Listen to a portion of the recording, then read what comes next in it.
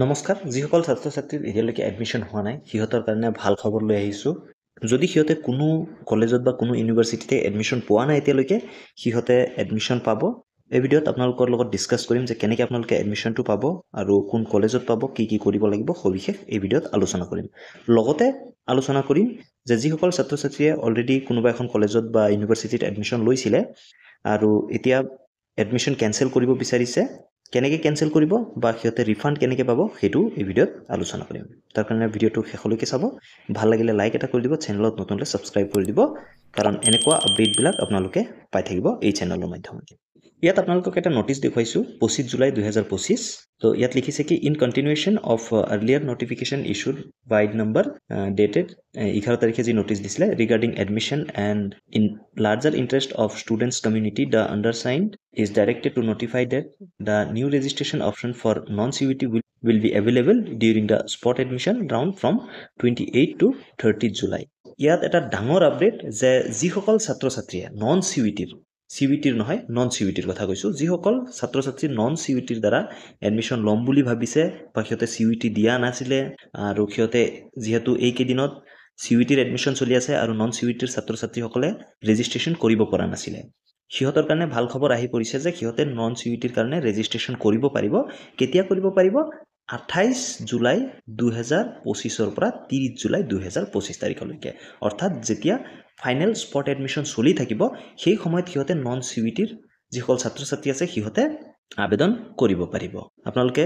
গোটেই ইনফৰমেশ্যনখিনি চাওক তেতিয়া আপোনালোকে বুজি পাব ইয়াতে আপোনালোকে কিন্তু যদি এৰি থৈ যায় আপোনালোকে কমপ্লিট প্ৰচেছটো গম নাপাব কোনে ৰেজিষ্ট্ৰেশ্যন কৰিব পাৰিব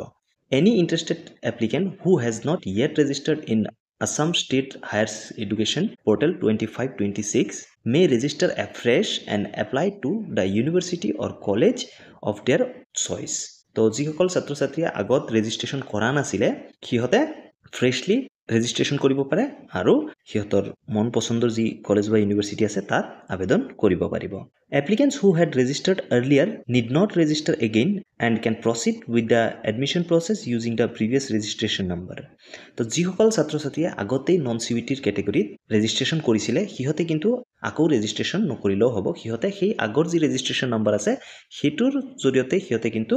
এপ্লাই কৰিব পাৰিব বা সিহঁতৰ যি এডমিশ্যন প্ৰচেছ হয় সেইকেইটা কেৰি কৰিব পাৰিব The admission shall be granted based on the availability of seats as reflected in the admission portal and the respective institution policy for spot admission.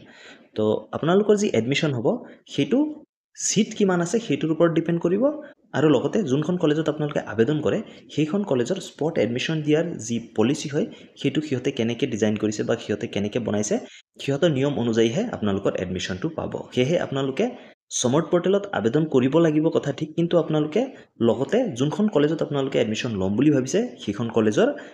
কিমান সিট খালী আছে সেইটোও চাব লাগিব লগতে সেই কলেজৰ স্পট এডমিশ্যন দিয়াৰ নিয়মসমূহ কি কি বান্ধি দিছে সেইকেইটাও কিন্তু আপোনালোকে ফ'ল' কৰিব লাগিব সেয়েহে আপোনালোকে কলেজৰ ৱেবছাইটটো ফ্ৰিকুৱেণ্টলি চেক কৰি থাকিব যে সিহঁতে যদি কিবা আপডেট দিছে বা কিবা নটিচ দিছে আপোনালোকে যেন গম পায় যদি আপোনালোকে তেনেকুৱা কিবা আপডেট পায় যদি আপোনালোকে বুজি নাপায় আমাৰ হোৱাটছএপ ছাপোৰ্ট টিম আছে আপোনালোকে এই চেনেলৰ এবাউটত যাব চেনেলৰ এবাউটত যোৱাৰ পিছত আপোনালোকে এটা লিংক দেখাব হোৱাটছএপ ছাপোৰ্ট টিম তাত ক্লিক কৰি আপোনালোকে সেই নটিচটো যদি সেন্ড কৰে আমি ডেফিনেটলি আপোনালোকক বুজাই দিম আৰু নতুবা আপোনালোকে চেনেল এবাউটত মোৰ ইনষ্টাগ্ৰামৰ আইডি দিয়া আছে তাতো আপোনালোকে গৈ ফ'ল' কৰি সুধিব পাৰে আৰু ইয়াৰ লগতে কৈছে যে additionally all seat reserved for admission through CUET mode against which admission is not granted till 25 July 2025 through CUET mode shall be released by 26 July for admission through non-CUET mode during the final spot admission round from 28 to 30 July 2025 তো ইয়াৰ লগতে কৈছে কি জুলাইৰ 25 তাৰিখলৈকে যিসমূহ অৰ্থাৎ যোৱাকালিলৈকে যি চিউইটিৰ admission হৈছিলে যিমানখিনি সিট ৰিজাৰ্ভড আছিলে চিউইটিৰ কাৰণে সেইখিনি ৰিলিজ কৰি দিয়া হ'ব নন চিউইটিৰ ফাইনেল স্পট এডমিশ্যনৰ কাৰণে অৰ্থাৎ যিসকল ছাত্ৰ ছাত্ৰীয়ে 25 জুলাই তাৰিখলৈকে চিউইটিৰ মোডত এডমিশ্যন লৈছিলে আৰু যদি যিকেইখন বাকী সিট ৰৈ গৈছে সেইখন কলেজত সেইকেইটা নন চিউইটিৰ মোডৰ কাৰণে ৰিলিজ কৰি দিব আৰু যাৰ এডমিশ্যন হ'ব 28 পৰা 30 জুলাই তাৰিখলৈকে তো আপোনালোকে এইখিনিৰ পৰা বুজি পাইছে যে যিসকল ছাত্ৰ ছাত্ৰীয়ে ৰেজিষ্ট্ৰেশ্যন কৰিব পৰা নাই বা কিবা অসুবিধা পাইছিলে সিহঁতে আকৌ এটা এডমিশ্যন লোৱাৰ সুবিধা পাব নতুনকৈ কিন্তু ইয়াৰ মাজতে আৰু এটা অসুবিধা আছে CUETৰ বহুত ছাত্ৰ ছাত্ৰীয়ে কিন্তু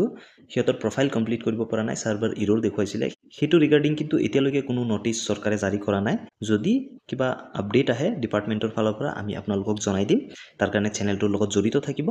আৰু এতিয়া কওঁ যে যিসকল ছাত্ৰ ছাত্ৰীয়ে আগত এডমিশ্যন লৈছিলে আৰু কেনচেল কেনেকৈ কৰিব বা সিহঁতে সেই কেনচেল কৰিলে যি ৰিফাণ্ড হয় সেইটো কেনেকৈ পাব যিসকল ছাত্ৰ ছাত্ৰীয়ে মেডিকেল কলেজ বা ইঞ্জিনিয়াৰিং পলিটেকনিক ল আদিত যদি সিহঁতে অসমৰ বাহিৰত কোনোবা এখন ইনষ্টিটিউটত এডমিশ্যন পাইছে বা ইণ্টাগ্ৰেটেড টিচাৰ এডুকেশ্যন প্ৰগ্ৰামৰ কাৰণে যদি ক'ৰবাত এডমিশ্যন পাইছে তেনে ক্ষেত্ৰত সিহঁতে 26 জুলাই 2025 পৰা 30 জুলাই 2025 ভিতৰত সিহঁতে আগৰ যোনখন কলেজত এডমিশ্যন লৈছিলে সেইটো কেনচেল কৰিব লাগিব তেতিয়াই সিহঁতে যি ৰিফাণ্ড হয় সেইসমূহ পাব আৰু এইটো CUET মোড বা নন CUET মোড দুয়োটা ক্ষেত্ৰতে প্ৰযোজ্য হ'ব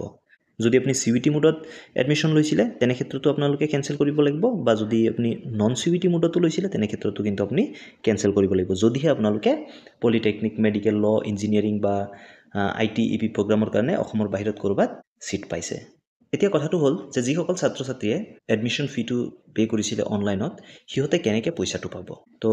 আপোনালোকে যদি সমৰ্থ পৰ্টেলত আপোনালোকৰ বেংক একাউণ্ট ডিটেইলছ দি থোৱা আছে তেনে ক্ষেত্ৰত আপোনালোকৰ বেংকৰ একাউণ্টত আপোনাৰ এডমিশ্যন কেনচেল কৰাৰ পিছতে সেই টকা সোমাই যাব আৰু যদি আপোনালোকে 30 জুলাই 2025 আগলৈকে আপোনালোকৰ বেংকৰ ডিটেইলছ তাত নিদিয়ে তেনে ক্ষেত্ৰত আপোনাৰ যি এডমিশ্যন ফি হয় সেইটো আপোনালোকে যোনটো সোৰ্সৰ পৰা দিছিলে ধৰি লওক আপুনি যদি ফোন পে ইউজ কৰি যদি পে কৰিছিলে বা গুগল পে ইউজ কৰি যদি পে কৰিছিলে সেই একাউণ্টত আপোনালোকৰ পইচাটো ঘূৰাই দিব সেয়েহে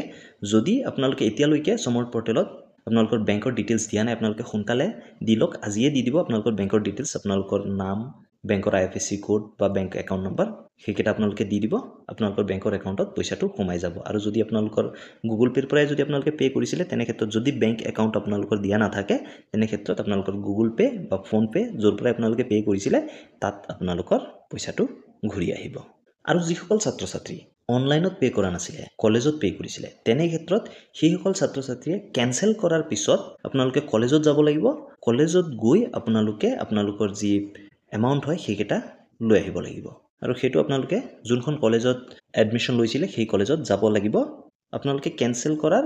2 বা 3 দিনৰ ভিতৰতে আপোনালোকে সেই পইচাটো আপোনালোকৰ সেই নিৰ্দিষ্ট কলেজৰ পৰা আপোনালোকে ঘূৰাই পাব তো এইখিনি আছিলে ইনফৰমেশ্যন যদি আগলৈও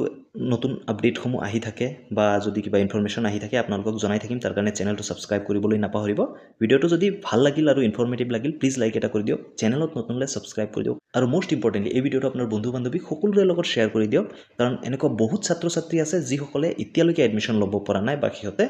সমৰ্থ পৰ্টেলৰ এডমিশ্যন প্ৰচেছ শেষ হৈ গ'ল বুলি মন বেয়া কৰি বহি আছে ধন্যবাদ জয় অসম